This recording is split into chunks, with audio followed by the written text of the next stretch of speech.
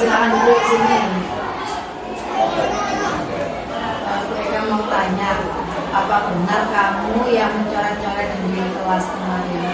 Ya Bu, saya yang melakukan. Membuat kesalahan itu manusiawi ya.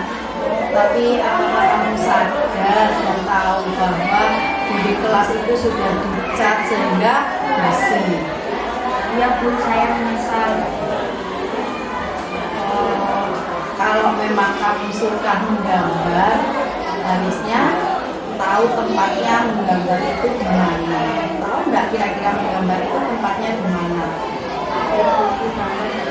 Oh ya.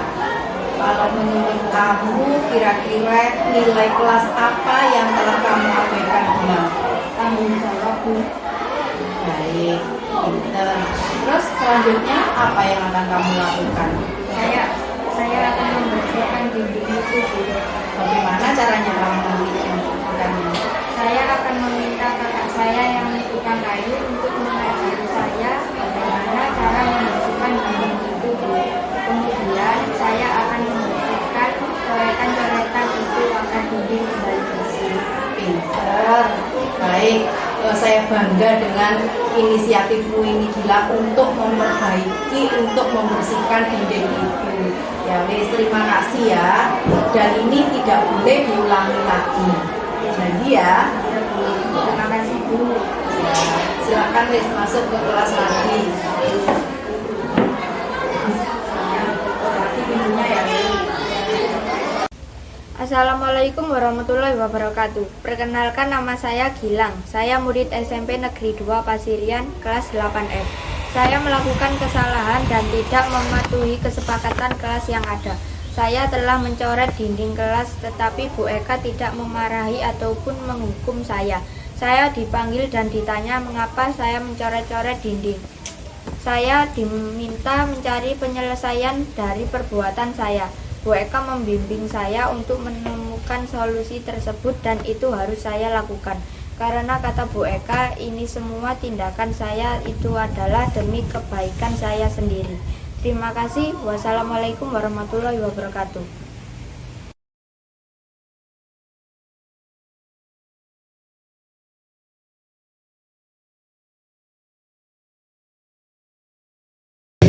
Assalamualaikum warahmatullahi wabarakatuh. Selamat pagi bagi kita semuanya, yang pada kali ini kita bisa menghadiri diseminasi aksi nyata budaya positif yang akan disampaikan oleh teman kita selaku calon guru penggerak angkatan 11, yaitu Ibu Eka Agus Widianti. Bapak Ibu, pertama-tama marilah kita ucapkan puji syukur kehadirat Allah Subhanahu wa Ta'ala yang pada pagi hari ini memberikan kita nikmat sehat sehingga kita bisa menghadiri diseminasi budaya positif yang nanti akan disampaikan oleh Ibu Eka Agus Widianti. Adapun untuk acara pembukaannya ini kita awali dengan membaca umul kitab Al-Fatihah.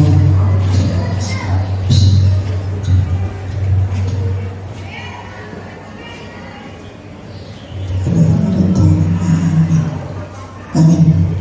Selanjutnya menyanyikan lagu Indonesia Raya dengan dirijen Ibu Merija. Bapak Ibu dimohon berdiri.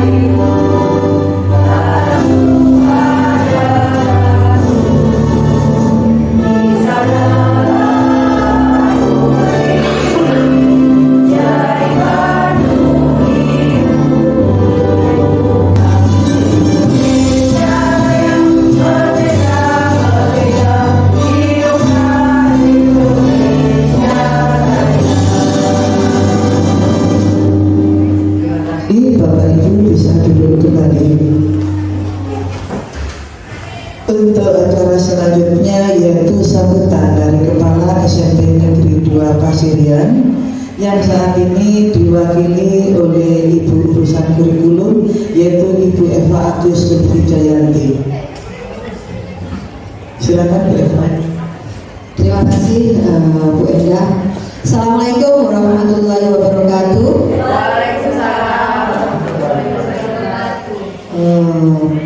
Alhamdulillah pada kesempatan kali ini kita masih bertemu dalam keadaan sehat walafiat. Kepada yang terhormat Ibu Eka selaku CTP Angkatan 11, kepada yang terhormat Bapak Ibu guru yang hadir pada kesempatan kali ini. Di sini saya mewakili pihak sekolah mengapresiasi sekali kegiatan diseminasi aksi nyata budaya positif yang akan disampaikan oleh Bu Eka ini, karena budaya positif ini sendiri adalah nilai-nilai atau keyakinan dan kebiasaan-kebiasaan yang berpihak pada siswa. Jadi diharapkan dengan adanya diseminasi ini, berbagi praktik baik ini nanti sangat berdampak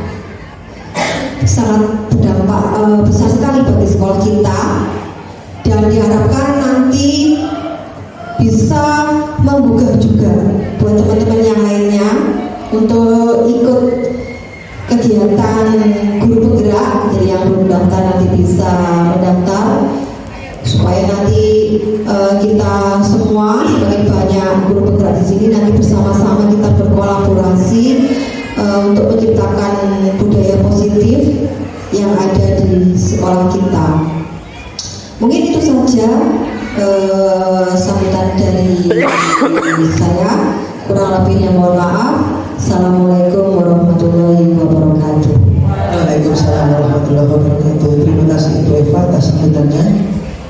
Bapak Ibu, acara pembukaan sudah kita lalui. Selanjutnya kita ke acara inti, yaitu diseminasi budaya positif yang akan disampaikan oleh teman kita yang masuk di pendidikan guru penggerak angkatan 11, yaitu Ibu Eka Agus Widianti. Bapak Ibu sudah siap? Oke, Bu Eka bagaimana? Langsung? Oke. Baiklah Bapak Ibu, Bu Eka akan memberikan diseminasi budaya positif kepada kita semua, dan semoga nanti hasilnya bisa kita praktekkan ke anak-anak kita. Monggo Bu Eka. Mohon izin berdiri Bu Enda.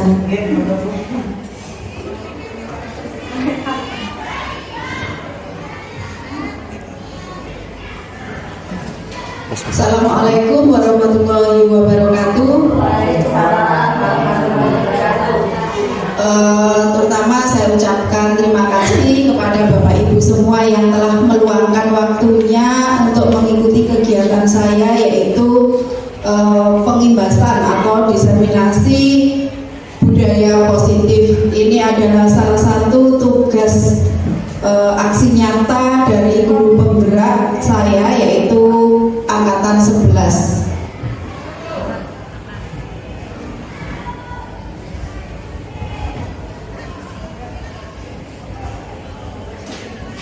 Sebelum ke materi, kita mengikuti kesepakatan dulu.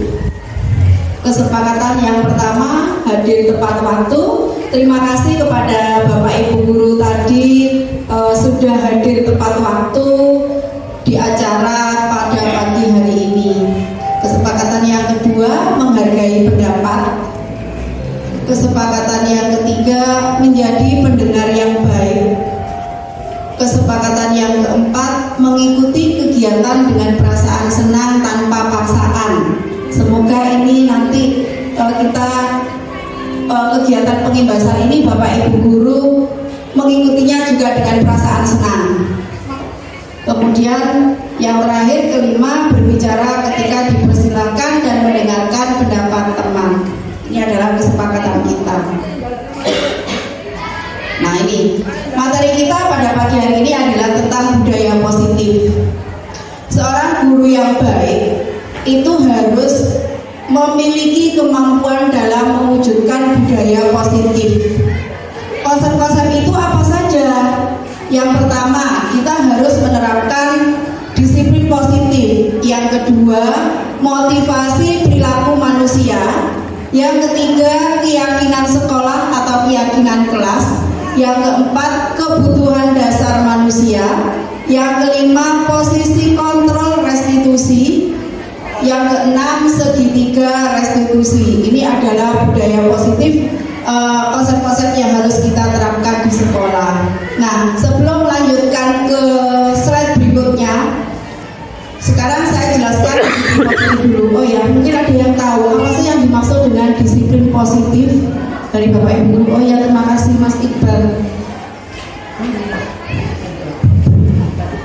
Baik, terima kasih. Saya izin mengenai disiplin positif gitu. Ya, Menurut pendapat saya untuk disiplin positif sendiri yaitu cara yang digunakan untuk membentuk sikap mandiri, seperti itu.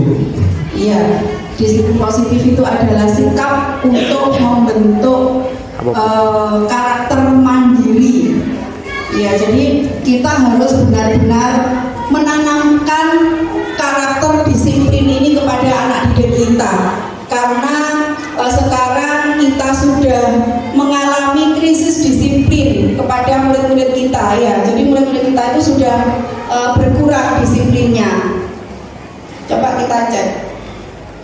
Nah ini disiplin positif kalau menurut ilmu di pendidikan guru penggerak, disiplin positif itu merupakan suatu cara menerapkan disiplin yang mengajarkan anak bertanggung jawab dan menumbuhkan kesadaran diri berdasarkan nilai-nilai kebajikan. Itu jadi menumbuhkan dari dirinya sendiri secara internal, bukan eksternal. Kalau kita yang menyuruh, kita yang memaksa, anak bisa melaksanakan tugas itu, tapi itu khawatirnya takut kalau ada kita saja. Tapi kalau kita sudah benar-benar menanamkan rasa disiplin positif ini, kalau timbul dari dirinya sendiri, insya Allah anak akan terbiasa. Kemudian berikutnya, disiplin positif lebih ke arah disiplin diri. Nah ini yang dapat mengontrol diri dalam melakukan segala tindakan. Jadi yang kita harapkan nantinya anak didik kita seperti ini, sadar diri, sadar dari dirinya sendiri. Kemudian berikutnya, disiplin diri dapat membuat murid memahami dan menyadari berdasarkan motivasi internal, bukan akibat paksaan, pujian ataupun hukuman. Ya Bapak Ibu, jadi kegiatan kita pada pagi hari ini berusaha menerapkan disiplin positif. Jadi kita membiasakan anak-anak didik kita menjadi anak-anak yang nantinya punya rasa disiplin positif. Berikutnya, 3 motivasi perilaku manusia. Kita sebagai manusia, terutama murid ya, pasti mempunyai motivasi ketika akan melakukan sesuatu. Mungkin ada yang tahu apa sih motivasi itu Bapak Ibu? Tentunya kita sudah sering mendengar ya kata-kata motivasi. Ya Bu Agatha, Terima kasih Bu Eka. Saya mencoba menjawab tentang motivasi. Ya. Yang saya tahu, motivasi itu dorongan. Kalau menurut saya dorongan dalam diri untuk melakukan sesuatu. Iya, bagus. Terima kasih Bu Agatha. Terima kasih. Jadi motivasi itu adalah dorongan ya, dorongan tapi dari dalam dirinya sendiri, bukan dari orang lain. Jadi kita pun misalnya dulu ya, kita itu kuliah memilih jurusan guru itu pasti punya motivasi. Motivasinya apa? Ingin menjadi guru. Kalau sudah kerja diterima di sini, kita juga harus punya motivasi untuk menjadi lebih baik. Nah itu, nah ini 3 motivasi perilaku manusia untuk menghindari ketidaknyamanan atau hukuman. Jadi kita melakukan sesuatu itu ya sebenarnya tujuannya untuk menghindari ketidaknyamanan. Kemudian yang kedua, untuk mendapatkan imbalan atau penghargaan dari orang lain. Yang ketiga, untuk menjadi orang yang mereka inginkan dan menghargai diri sendiri dengan nilai-nilai yang mereka percaya. Jadi apa yang mereka inginkan itu pasti punya motivasi. Nah ini kita harus juga menanamkan motivasi ini kepada siswa. Jadi kita harus menyemangati ya, memotivasi siswa. Apa sih tujuanmu ke sekolah misalnya? Di sekolah nanti itu kamu biar apa? Nah itu kita harus benar-benar menanamkan rasa ini, motivasi ini. Kemudian berikutnya, nah ini budaya positif yang ketiga yaitu keyakinan sekolah atau kelas. Keyakinan sekolah atau kelas. Mungkin ada yang pernah membuat keyakinan kelas atau yang sudah pernah membuat keyakinan kelas. Sekarang di kelasnya masing-masing sudah ya, sudah. Apa sih keyakinan itu? Mungkin ada yang tahu. Oh ya, Bu Ica. Baik, terima kasih Bu Eka. Saya mencoba menjawab tentang keyakinan. Ya. Menurut saya keyakinan itu adalah suatu kepercayaan yang dimiliki oleh seseorang terhadap kemampuan masing-masing dalam memecahkan sebuah masalah seperti itu. Iya. Keyakinan itu kepercayaan diri. Jadi di sini nanti tugas kita, terutama sebagai wali kelas, harus bisa membimbing anak kita membuat keyakinan sekolah. Kalau sudah dikembangkan bisa menjadi keyakinan sekolah. Jadi keyakinan kelas dulu baru menjadi keyakinan sekolah gitu. Ini guru berperan dalam mewujudkan terbentuknya keyakinan sekolah atau kelas dengan adanya kesepakatan antara guru dan murid. Jadi kalau membuat keyakinan itu harus ada kesepakatan, tidak boleh guru yang membuat tanpa kesepakatan Bapak Ibu. Jadi didiskusikan dulu di kelas apa saja yang dimaui anak-anak itu. Keyakinan sekolah atau kelas berupa pernyataan-pernyataan universal yang mudah diingat dan dipahami dan harus diterapkan di lingkungan sekolah. Jadi kalau membuat keyakinan kelas menggunakan kalimat yang pendek, bahkan bukan kalimat ya, frase. Jadi misalnya tanggung jawab, jujur. Nah itu contoh-contoh kesepakatan kelas. Tapi tetap saja nanti ketika membuat keyakinan kelas, Bapak Ibu harus minta pendapat dari siswa dulu. Jadi pendapat-pendapat siswa itu dikumpulkan, kemudian nanti disimpulkan. Yang butuh ditulis di keyakinan kelas itu apa saja. Nah, untuk membuat keyakinan kelas, kita tidak boleh menggunakan kalimat negatif. Misalnya, dilarang makan di kelas, itu tidak boleh. Jadi tidak boleh ada kata negatif, dilarang, jangan, itu tidak boleh ya. Harus menggunakan kalimat positif semua. Kalau misalnya ada anak-anak menulis kesepakatan, Bu Guru, kita tidak boleh membuang sampah sembarangan. Boleh itu ditulis sama anak, tapi nanti itu disimpulkan, dibuat menjadi kalimat positif. Berarti menjadi bagaimana kalimatnya itu? Misalnya kalau ada kata tidak boleh membuang sampah sembarangan, membuang sampah pada tempatnya, iya itu contohnya. Terus tidak boleh datang terlambat, berarti menjadi apa itu? Hadir tepat waktu. Iya, begitu saja sebenarnya membuat keyakinan kelas. Atau bukan seperti ini lagi, anak-anak disuruh menulis di kertas kecil-kecil. Jadi mereka menulis keyakinannya sendiri-sendiri, terus ditempel di tempat, di tembok atau di papan pajang, ditempel sendiri-sendiri. Itu juga salah. Jadi itu harus disimpulkan. Apalagi menempelnya ditempelkan sendiri-sendiri, teman yang lain tidak mengetahui, itu tidak boleh juga. Jadi harus mengetahui, harus disimpulkan. Karena ada anak yang si A menulis tidak boleh datang terlambat, si C juga menulis itu. Jadi itu langsung ditempel, tidak boleh, tapi harus disimpulkan. Iya. Ngerti nggih Bapak Ibu? Terutama yang wali kelas. Nanti kalau bisa diterapkan di kelasnya masing-masing tentang keyakinan kelas. Nah kalau sudah baru buat keyakinan sekolah mana yang lebih penting untuk sekolah itu boleh dibannerkan. Ini ada ibu kurikulum mohon izin. Jadi nanti keyakinan kelas itu boleh dijadikan keyakinan sekolah biar anak-anak bisa membaca. Nah, ketika membuat keyakinan kelas itu juga harus disepakati konsekuensinya apa, begitu. Jadi misalnya datang tepat waktu, kalau ada anak yang terlambat, perjanjian, kesepakatan, nanti konsekuensinya apa, gitu. Kalau melanggar, ya harus konsekuensi itu dijalankan, gitu. Jadi tidak boleh membuat hukuman anak terlambat langsung dihukum, disuruh membersihkan kamar mandi. Nah itu tidak boleh, itu adalah hukuman. Jadi harus kesepakatan dulu apa nanti konsekuensinya, gitu. Itu keyakinan kelas. Begitu ya Bapak Ibu. Lanjut budaya positif berikutnya. Nah ini kebutuhan dasar manusia.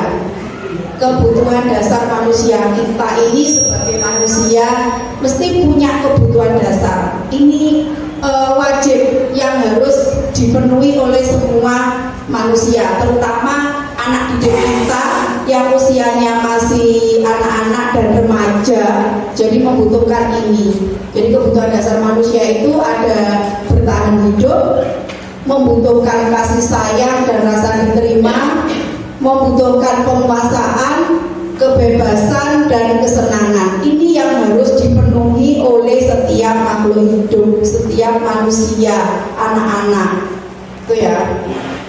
Bertahan hidup, contohnya makan. Itu yang harus dipenuhi karena kita memang membutuhkan untuk hidup. Kasih sayang misalnya. Nah, ini kasih sayang yang penting. Terutama ini yang sudah punya suami istri ya, terus moro-moro, sing wedok ngamuk-ngamuk, suaminya nggak paham. Nah ini yang harus bapak-bapaknya ada yang harus dipahami. Berarti itu butuh kasih sayang, gitu ya. Iya, kasih sayang itu memang penting. Apalagi murid kita, yang murid kita misalnya terus tiba-tiba dari rumah cemberut, marah-marah ke temannya. Nah itu harus kita tanyain kenapa dia seperti itu. Tuh. Ini ada kasus Ibu Eka, guru wali kelas 8H, sedang bingung menghadapi ulah salah satu murid di kelasnya, yaitu putra. Beberapa anak telah mengeluhkan putra yang seringkali meminta bekal makan siang mereka dengan paksa. Jika Anda menghadapi situasi seperti Ibu Eka, apa yang akan Anda lakukan? Menurut Anda, kira-kira apa alasan putra melakukan hal itu? Mungkin Anda yang bisa menjawab.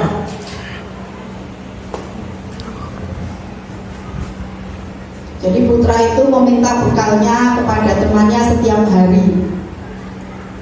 Sampai temannya itu risih gitu ya. Nah itu apa? Apa yang akan Anda lakukan sebagai guru? Menurut Anda kira-kira apa alasan putra melakukan itu? Monggo mungkin Bu Hana. Terima kasih.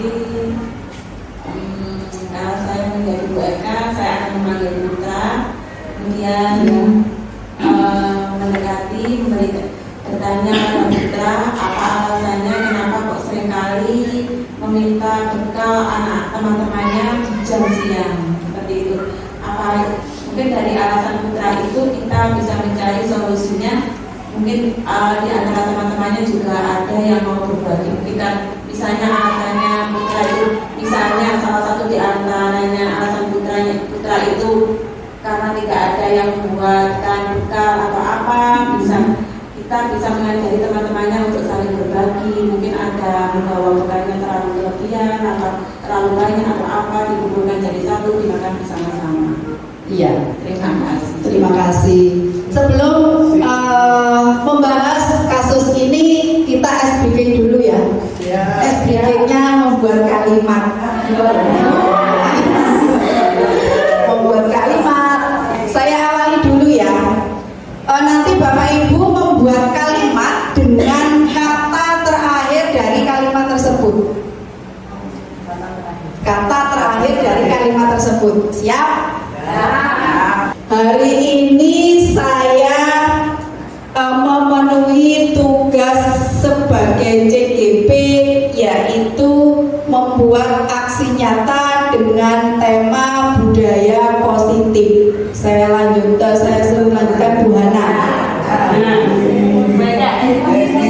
Senang sekali menerima materi budaya positif pada kegiatan yang disampaikan pada kegiatan desiminasi.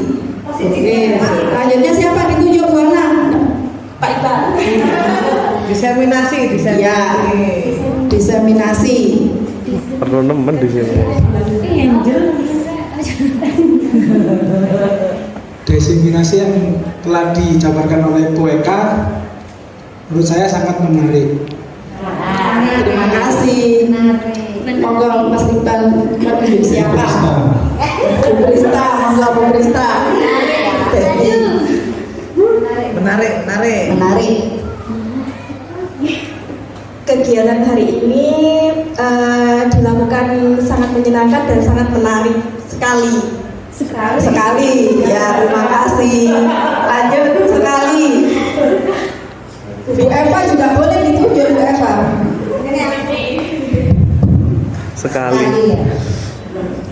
Sekali mendayung 2-3 pulau terlampaui. Ya, lanjut.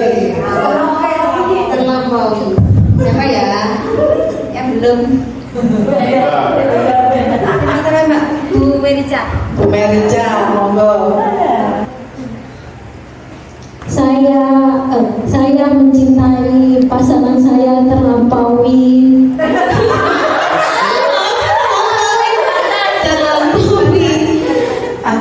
tanpa batas waktu dan usia.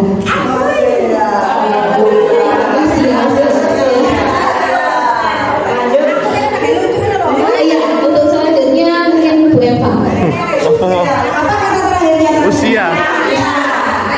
Usia Bu Eva. Usia saya memang sudah tua, tapi semangat saya tetap membara.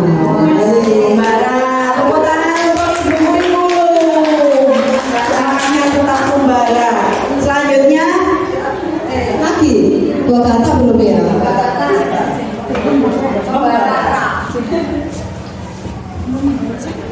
Boleh ambil kata baranya saja. boleh, monggo. Bara api cintaku padamu tak pernah kandas. Boleh tepuk tangan. Baik, takkan pernah kandas. Ya. Bapak Ibu, ini bisa diterapkan di kelas ya anak-anak kita, terutama yang guru bahasa Indonesia ini, karena saya sendiri kan guru bahasa Indonesia, jadi speakingnya yang membuat kalimat, melanjutkan kalimat gitu. Oke, melanjutkan kasus yang tadi. Jadi tadi ada kasus bahwa putra itu kelas 8H sering meminta bekal kepada temannya. Sekarang kita lihat. Nah ini, karena ia lapar dan orang tuanya tidak membawakannya bekal makan siang, betul tadi katanya Bu Hana, jadi tidak membawa bekal, maka kebutuhan dasar yang sedang berusaha dipenuhi oleh putra adalah kebutuhan untuk bertahan hidup.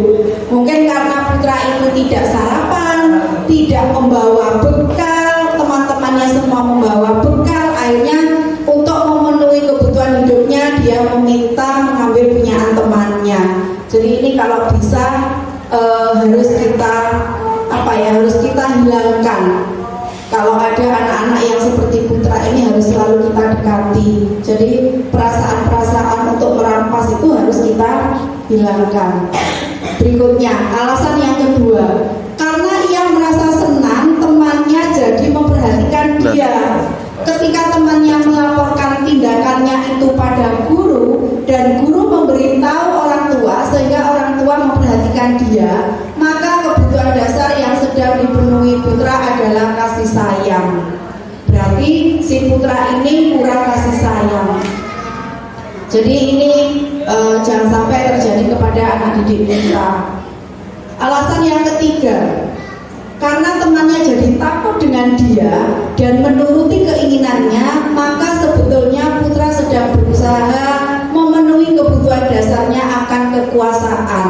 Jadi dia itu juga ingin berpuasa. Alasan yang keempat, karena dia merasa bosan dengan bekal makanan yang dibawakan ibunya dari rumah, karena ibunya selalu membawakan bekal yang sama. Oleh karena itu dia ingin mencoba makanan teman-temannya yang beraneka ragam. Maka putra sedang berusaha memenuhi kebutuhannya akan kebebasan.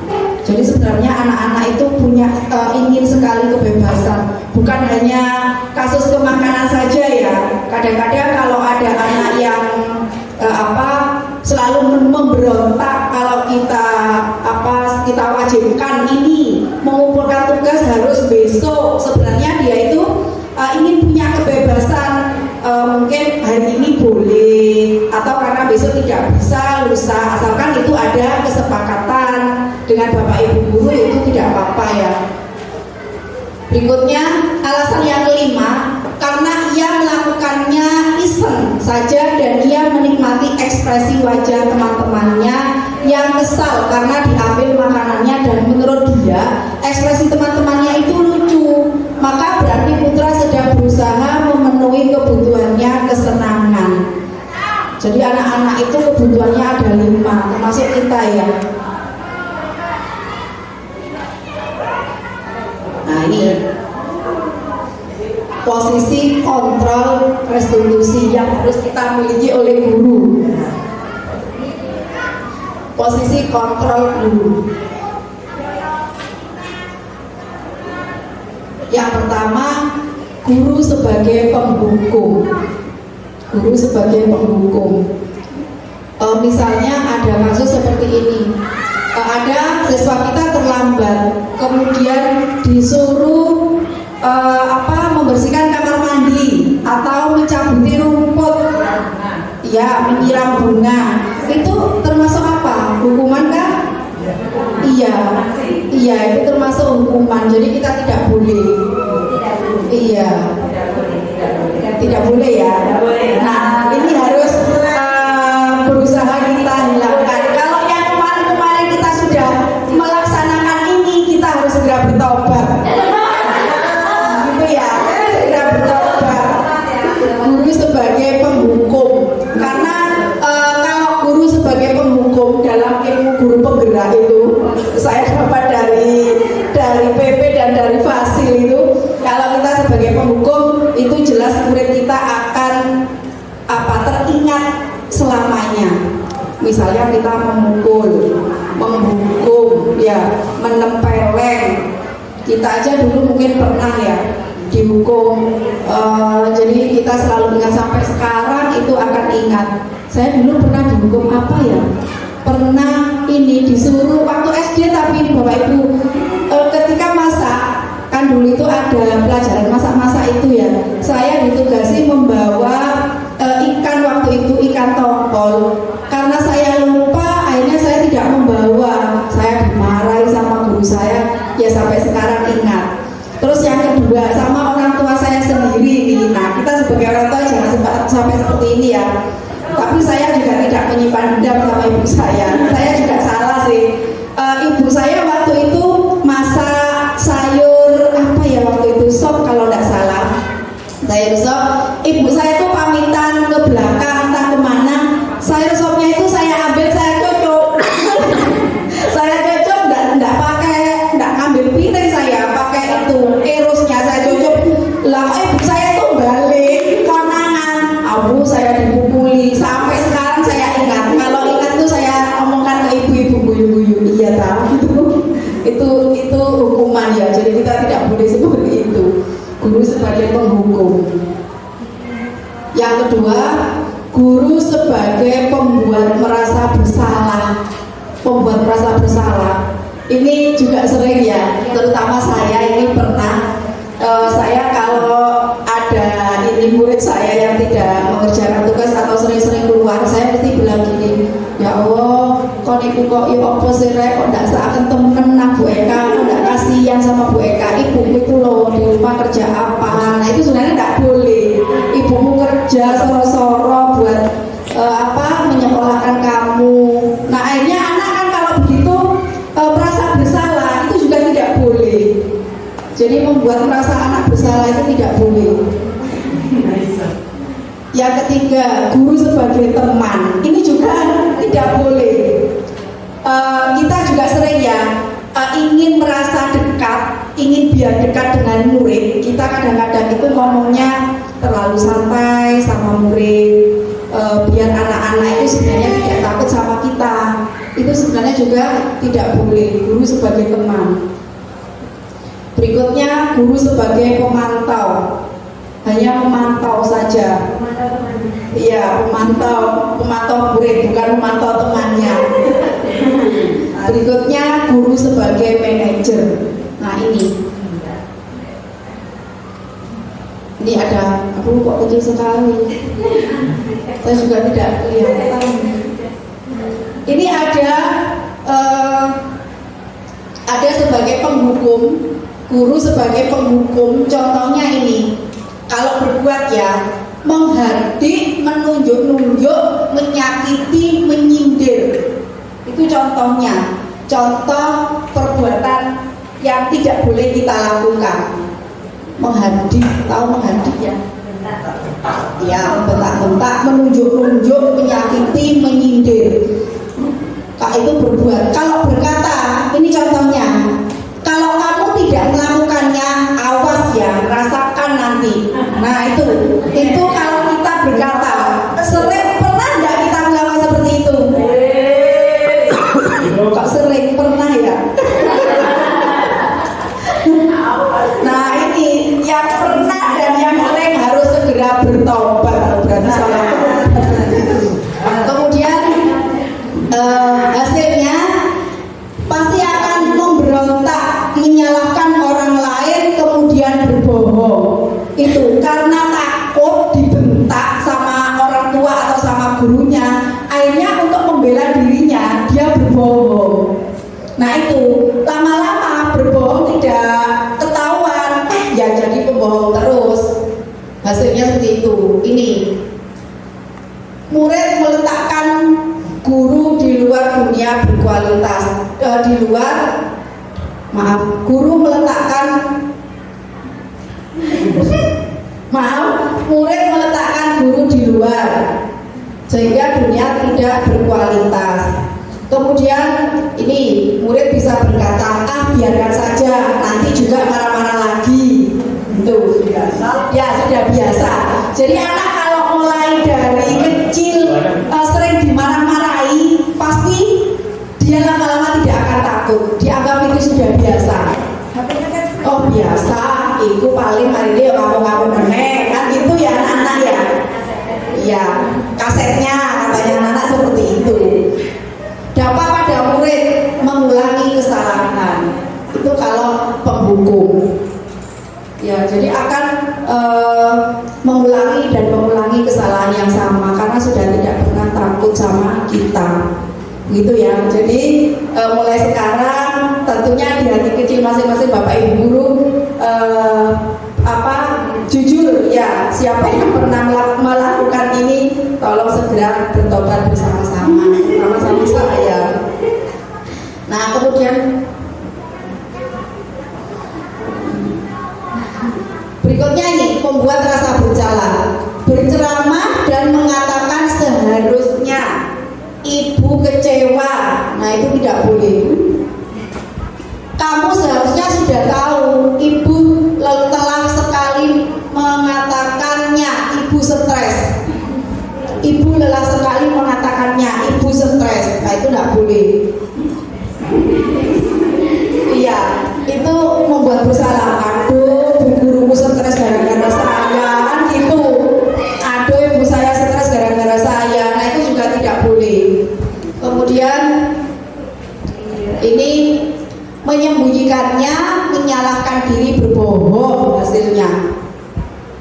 Terus murid pasti berkata, maafkan saya bu, bilang maafkan saya tapi cuma bilang saja, tidak pernah melakukan untuk bertobat.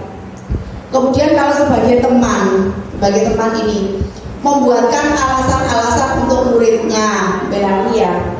Kalimatnya contohnya ini, ayolah lakukan demi ibu. Masa kamu tidak mau ingat ibu tidak pernah bantu kamu yang tidak baik misalnya, dan seterusnya. Hasilnya ketergantungan, karena sering dibela, akhirnya muridnya ini menjadi ketergantungan. Kemudian murid berkata, saya pikir bapak ibu teman saya. Nah mesti bilang nanti seperti itu artinya, oh bapak ibu guru itu ternyata koncoku yo, koncoan. Nah, makanya mulai sekarang kita di sekolah harus menggunakan bahasa Indonesia atau bahasa Jawa yang kromo, iya. Kalau sesama bahasa Jawa, kalau bisa anak-anak jangan ditanggapi. Kalau sebagai teman sebagai pemantau, menghitung dan mengukur apa peraturannya. Perkataannya contohnya seperti itu. Apa peraturannya? Kemudian ini murid berkata, berapa banyak bintang yang saya harus peroleh, berapa halaman yang saya tulis, itu contohnya ya. Nah kalau sebagai manajer, ini yang sebagai manajer Bapak Ibu, mengajukan pertanyaan-pertanyaan, kemudian apa yang kita yakini, apa yang bisa kita kerjakan untuk memperbaiki masalah ini. Jadi dari contoh ini juga murid berkata, bagaimana caranya saya bisa memperbaiki kesalahan. Kemudian murid itu bisa mengevaluasi diri, bagaimana cara memperbaiki diri. Nah dari 5 posisi kontrol ini, sebagai penghukum, sebagai pembuat rasa bersalah, sebagai teman, dan sebagai pemantau dan sebagai manajer, kira-kira yang harus kita miliki itu yang posisi mana? Iya, sebagai manajer. Jadi mulai sekarang kita harus menghilangkan penghukum, pembuat rasa bersalah, sebagai teman dan sebagai pemantau. Yang harus kita terapkan adalah sebagai manajer. Jadi kita kalau ada murid kita yang salah, kita harus manggil secara pribadi, kemudian kita tanyai alasan-alasannya. Itu kalau sebagai manajer, tidak langsung menghukum. Itu ya. Berikutnya, nah ini sebagai manajer. Di antara kelima posisi kontrol tersebut, sebaiknya seorang guru menggunakan posisi kontrol sebagai manajer. Apa? Sebagai manajer itu, guru dapat berbuat sesuatu bersama murid, mempersilahkan murid bertanggung jawab dan mendukung agar dapat menemukan solusi. Ini masih ada kaitannya dengan keyakinan kelas tadi.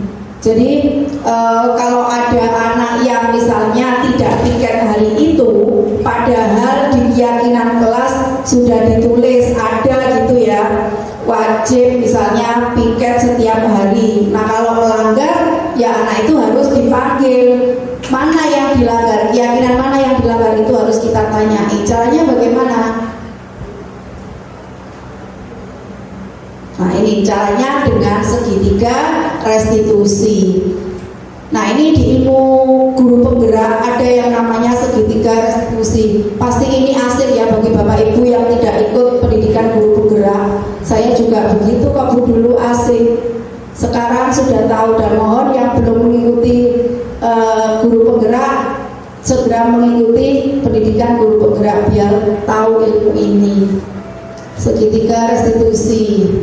Tahapan dalam segitiga restitusi, yang pertama menstabilkan identitas, yang kedua validasi tindakan yang salah, kemudian yang ketiga menanyakan keyakinan. Jadi tahapan dalam segitiga restitusi itu ada 3. Berikut, nah ini penjelasannya. Menstabilkan identitas dilakukan berdasarkan prinsip bahwa membuat kesalahan adalah bagian dari proses pembelajaran yang nantinya akan menggeser identitas gagal ke arah identitas sukses. Contoh kalimatnya itu, berbuat salah itu hal yang manusiawi. Jadi kalau ada anak yang salah, kita panggil gitu ya, kita harus ngomongnya seperti itu. Kamu tadi kenapa kok tidak piket? Dulu saya juga pernah tidak piket waktu jadi murid.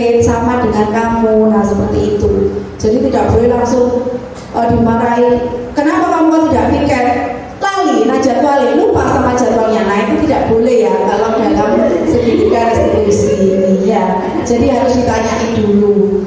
Kemudian itu distabilkan dulu biar anak itu tidak takut kepada kita, kepada guru. Berbuat salah itu hal yang manusiawi. Saya dulu juga pernah salah gitu. Tidak ada manusia yang sempurna. Ini contoh-contoh kalimat yang untuk menstabilkan identitas.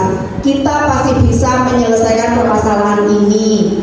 Bapak Ibu tidak tertarik untuk mencari tahu siapa yang benar, siapa yang salah. Bapak Ibu lebih tertarik untuk menyelesaikan masalah. Nah ini kalimat-kalimatnya. Kalau kamu menyalahkan dirimu sendiri terus-menerus, apakah kamu bersikap baik pada dirimu sendiri? Nah ini adalah contoh-contoh kalimat untuk menstabilkan identitas. Berikutnya segitiga yang kedua, validasi tindakan yang salah dilakukan berdasarkan prinsip bahwa setiap perilaku berupaya memenuhi suatu kebutuhan tertentu, sehingga guru atau orang tua akan bergeser dari pemikiran stimulus respon menjadi proaktif serta akan lebih mengenal dan mengakui kebutuhan murid atau anak. Contoh kalimatnya itu, kamu pasti punya alasan mengapa melakukannya. Jadi kalau tidak piket, terus mengajak temannya juga tidak piket, nah ini kamu pasti punya alasan mengapa kamu melakukannya, mengapa kamu tadi tidak piket. Saya males Bu, kenapa kok males? Itu harus ditanyai alasan-alasannya. Apa yang penting bagi kamu? Kamu boleh tetap berusaha menjaga sikap itu, tapi tambahkan sikap yang lain yang baru.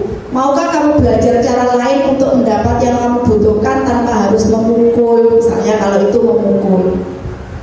Kalau tidak piket tadi ya, kenapa kamu tidak piket? Apa nanti solusinya gitu? Kamu mau piket tadi enggak? Nanti pulang sekolah Bu misalnya. Biasanya anak-anak itu punya solusi sendiri. Nah ini segitiga yang terakhir, menanyakan keyakinan dilakukan dengan memberi pertanyaan-pertanyaan bermakna kepada murid atau anak untuk memunculkan motivasi secara intrinsik sehingga mampu mengaitkan keyakinannya dengan tindakan yang salah. Ini dihubungkan dengan keyakinan kelas tadi. Contoh pertanyaannya, apa nilai yang kita percaya di sekolah kita atau di kelas kita gitu. Nilai-nilai apa yang telah kita sepakati? Kelas yang ideal itu seperti apa? Kamu ingin jadi anak seperti apa? Apa yang kamu rasakan ketika kamu melakukan itu? Kamu menjadi orang yang seperti apa? Atau keyakinan kelas yang mana yang kamu langgar? Nah itu jadi segitiga restitusi ini yang harus benar-benar kita terapkan di sekolah kita supaya anak-anak semakin mencintai kita, tidak punya rasa dendam. Terus segitiga restitusi. Seorang guru yang baik harus memiliki kemampuan dalam mewujudkan budaya positif di sekolah. Budaya positif tersebut dapat dijalankan dengan menerapkan konsep-konsep inti seperti ini tadi, motivasi perilaku manusia, kemudian tadi ya keyakinan sekolah atau keyakinan kelas, kebutuhan dasar manusia, kemudian posisi kontrol restitusi, ada disiplin positif, dan yang terakhir segitiga restitusi.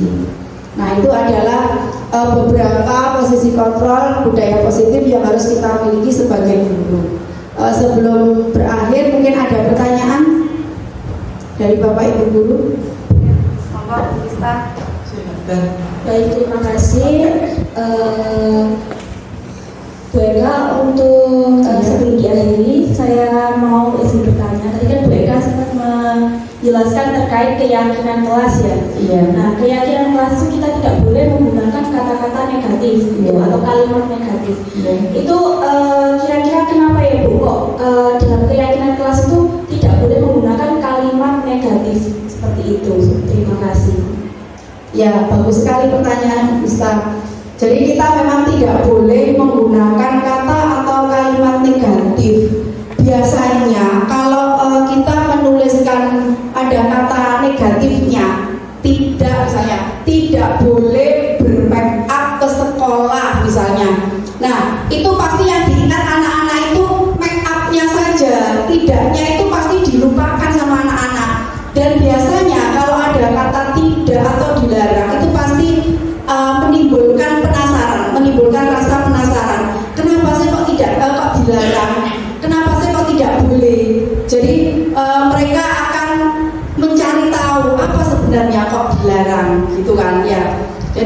tidak boleh dan dilarang itu memang tidak boleh digunakan. Tujuannya yaitu biar anak-anak tidak timbul rasa penasaran, karena tidak boleh bermake up. Mesti ada penasaran kenapa sih kok tidak boleh bermake up aja wis, nanti biar saya tahu apa sih akibatnya kalau bermake up kan begitu. Tapi kalau ada yang bermake up 1, 2 kita biarkan, akhirnya terus semuanya ikut bermake up. Nah makanya kata tidak boleh bermake up itu lebih baik diganti apa? Misalnya itu dijadikan keyakinan kelas, tidak boleh bermake up ke sekolah. Berarti apa? Menjadi ya tampil sederhana, itu boleh. Jadi tidak boleh ada negatifnya. Jadi itu Bu Krista. Jadi kalau ada kata tidak pasti menimbulkan rasa penasaran. Mungkin ada pertanyaan yang lain? Ya, monggo Bu Eva.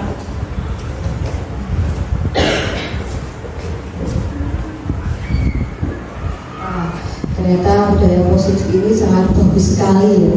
Jadi yang jelas kita nanti kepinginnya di sekolah kita itu nanti budaya positif ini bisa dijalankan di Bapak Ibu ya. Nah sekarang yang saya tanyakan ke Bu Eka ini, kira-kira bagaimana nanti caranya Bu Eka supaya nanti kita semua ya bisa serentak menerapkan budaya positif di sekolah sehingga nanti ujungnya nanti bisa menciptakan sekolah yang well-being. Jadi well-being itu artinya memberikan rasa nyaman ke siswa, karena tujuan kita di sini adalah siswa dan siswa. Begitu. Terima kasih Bu Eka. Nah, terima kasih Bu Eva, ini adalah pertanyaan yang bagus. Yang harus kita lakukan untuk menerapkan budaya positif di sekolah ini ya, pertama yang harus kita lakukan ya harus koordinasi dengan kepala sekolah. Itu yang karena kita di sini tidak berdiri sendiri-sendiri ya, kita juga punya pimpinan, kita punya urusan-urusan. Nah itu yang harus kita libatkan. Yang pertama koordinasi dengan kepala sekolah. Berikutnya koordinasi dengan kurikulum, itu yang penting. Kemudian selanjutnya dengan sesama guru, dengan urusan yang lain, kemudian sesama guru. Itu yang harus kita lakukan untuk menerapkan ini. Tapi kalau kita melaksanakan sendiri-sendiri tidak mungkin, karena itu berat sekali. Murid kita juga terlalu banyak ya, jadi kalau melaksanakan sendiri tidak bisa. Mungkin ada begitu Bu Eva. Mungkin ada pertanyaan yang lain?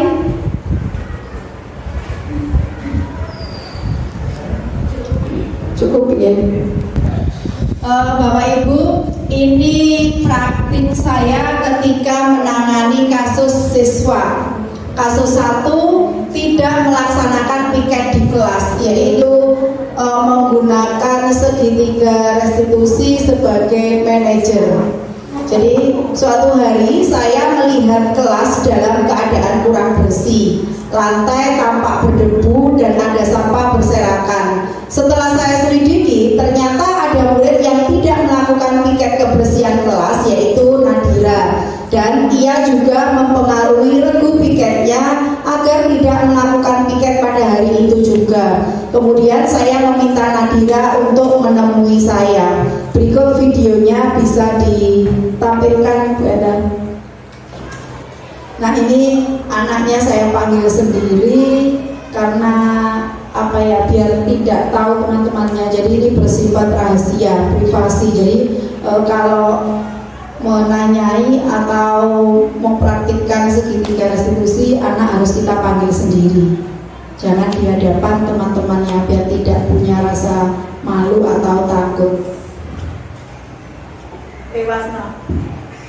Nah ini tanggapan dari Nadira, murid yang tidak piket tadi. Dia itu merasa senang karena merasa dianggap oleh gurunya dan tidak disalahkan. Jadi masih punya perasaan percaya diri.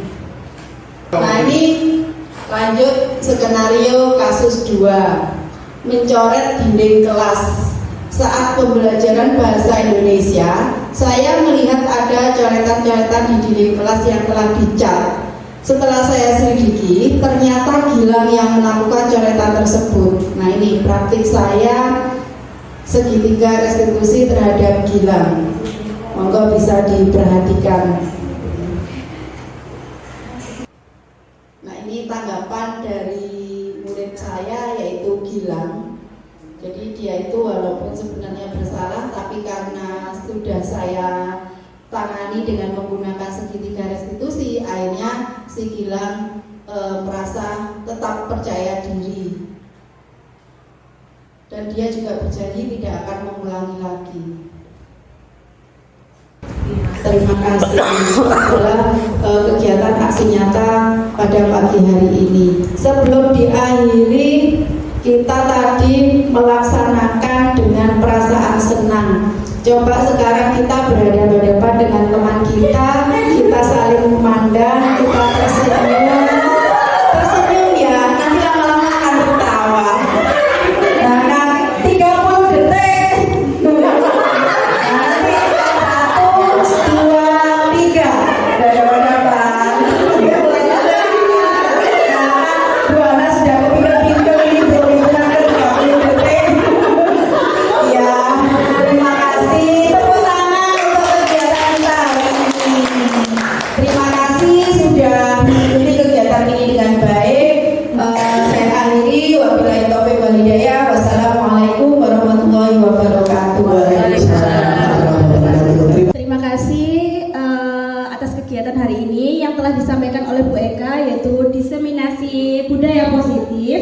Ya, dari kegiatan hari ini saya mendapatkan banyak ilmu ya, terutama saya sebagai guru BK yang harus berhadapan dengan siswa gitu. Jadi saya bisa menerapkan budaya positif ini dalam menghadapi siswa nantinya seperti itu. Terima kasih, mungkin itu refleksi dari saya. Bisa saya kembalikan ke moderator. Baik, terima kasih atas waktunya. Saya di sini sangat senang ketika mendapatkan materi baru dari dosennya Bu Eka yang saya menjadi guru baru yang awalnya tidak tahu ketika berada di dalam kelas saya melakukan apa saja terhadap murid saya. Jadi mungkin bisa saya terapkan ketika saya mengajar di kemudian hari dan bisa saya terapkan di dalam kelas maupun di luar ruangan untuk murid saya sehingga murid saya bisa menjadi lebih baik lagi. Mungkin begitu saja dari saya. Saya ucapkan terima kasih. Saya kembalikan ke Bu Eka. Terima kasih Bu Eka.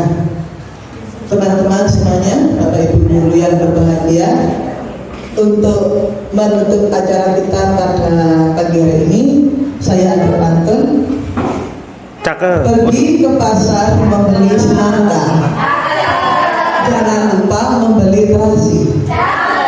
Demikianlah diseminasi budaya positif dari Bu Eka. Atas perhatian dan kerjasamanya kami sampaikan